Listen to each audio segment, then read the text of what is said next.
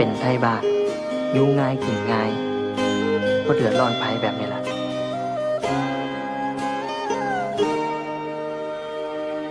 หอดย่ามเฮ็ดหน้าบักเค้นบักอาดบักเสี่ยงพินกับบักแฟนตา